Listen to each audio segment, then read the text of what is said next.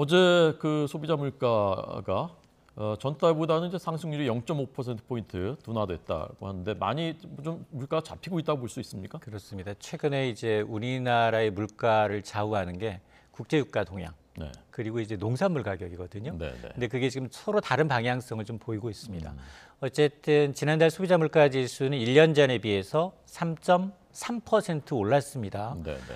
3.8%까지 올랐던 물가가 일단 한 달 전에 비해서는 0.5%가량 떨어지긴 했지만 추세를 보시게 되면 고점에서 꺾인 건 맞지만 3%를 넘나드는 물가가 지금 넉 달째 이어지고 있습니다. 네.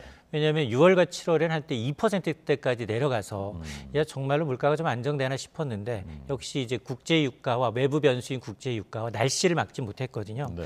여전히 이제 이 불안한 건 농수산물 가격은 30개월 만에 최대폭 이제 상승세를 보이고 있고 국제 유가가 전반적으로 다 했다. 지난달 물가를 끌어내린 건 사실상 국제 유가다라고 말씀을 드릴 수 있는데 전반적으로 석유류 가격이 1년 전에 비해서 5.1% 떨어진 게 전체 물가의 한 0.25%포인트를 끌어내렸어요. 네. 하지만 이제 소비자들은 이제 국제유가도 물론 민감합니다만 장바구니 물가거든요.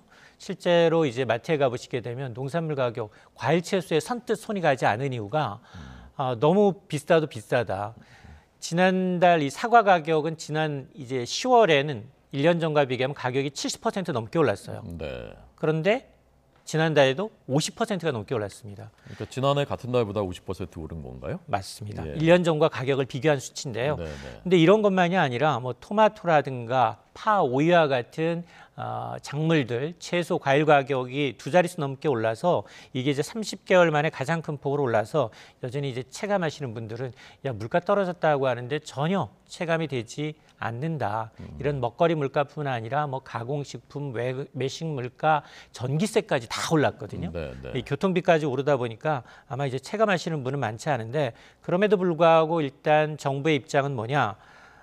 물가의 기조적 흐름을 나타내는 농산물이나 석유류는 우리 인위적으로 어쩔 수 없는 부분이니까 변동성이 큰 걸 제외하고 기저적인 물가 흐름을 나타내는 근원 물가는 한 3%, 3.3 똑같거든요. 전체 물가하고. 그러니까 그런 것들이 추세적으로 좀 꺾이고 있고 또 주요 농수산물 수급이 조금 안정되면 12월에도 물가는 좀 안정되지 않겠느냐라고 이제 기대를 하고 있는데 역시 관건은 날씨예요. 겨울철 날씨가 갑자기 낮아지게 되면 난방 수요도 늘어납니다. 수요가 늘어나게 되면 공급은 제한적인 상황에서 가격은 뛸 수밖에 없죠. 네, 네. 여기에다가 국제유가 불확실성인데요. 산유국인 이제 사우디가 지금 굉장히 비산유국들을 어떻게 하든 포섭을 해서 국제유가 감산을 통해서 유가를 끌어올리려고 하고 있거든요. 네. 그러니까 이게 지금 시장에서 먹혀들지 않고 있어요. 왜냐하면 미국도 그렇고 중국도 그렇고 이렇게 갑자기 금리를 많이 올리다 보니 경기 침체로 인해서 수요는 좀 둔화될 수밖에 없다는 전망이 지금 국제유가를 끌어내리고 있는데 이런 건 언제든 이제 튀어오를 수 있기 때문에 리스크 요인입니다. 네. 사과값이 1년 전보다 55%나 오르고 농산물 가격이 왜 이렇게 많이 오른 거죠? 일단 누누이 말씀드립니다만 이게 인위적으로 어쩔 수 없는 날씨 탓입니다. 가장 큰 건 날씨 탓이에요. 날씨가 올해 특별히 안 좋았나요? 맞습니다. 이제 기상 이변도 있었고 생산량 자체가 줄었죠. 그리고 폭염과 폭우가 번갈아 오다 보니까 무름병이 발생해서 상품성도 떨어지죠. 생산량 자체가 줄었어요.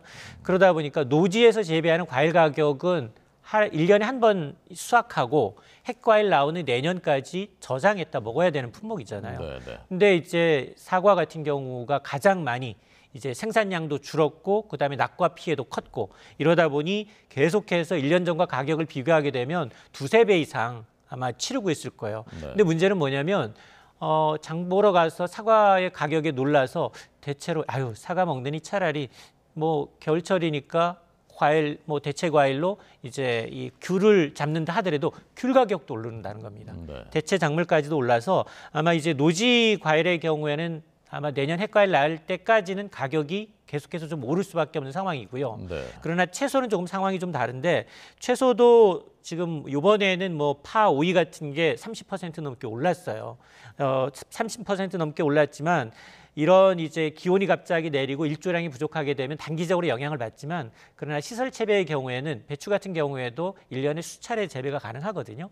그러다 보니까 지난달만 하더라도 김정철 다가왔는데 김장 재료뿐 아니라 부재료까지 갑자기 올라서 김장 대란이다 이런 얘기 나왔었잖아요. 근데 배추 가격을 보게 되면 배추값은 배추 파동 걱정했는데 지난달 오히려 한 달 전과 비교하게 되면 가격이 30% 넘게 내렸습니다.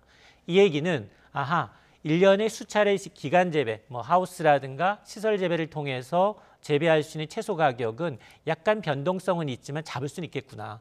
이제 단기간에 좀 안정이 될 수도 있겠구나라는 건데 그러나 과일 가격은 좀 상황이 좀 다르다라는 겁니다. 네.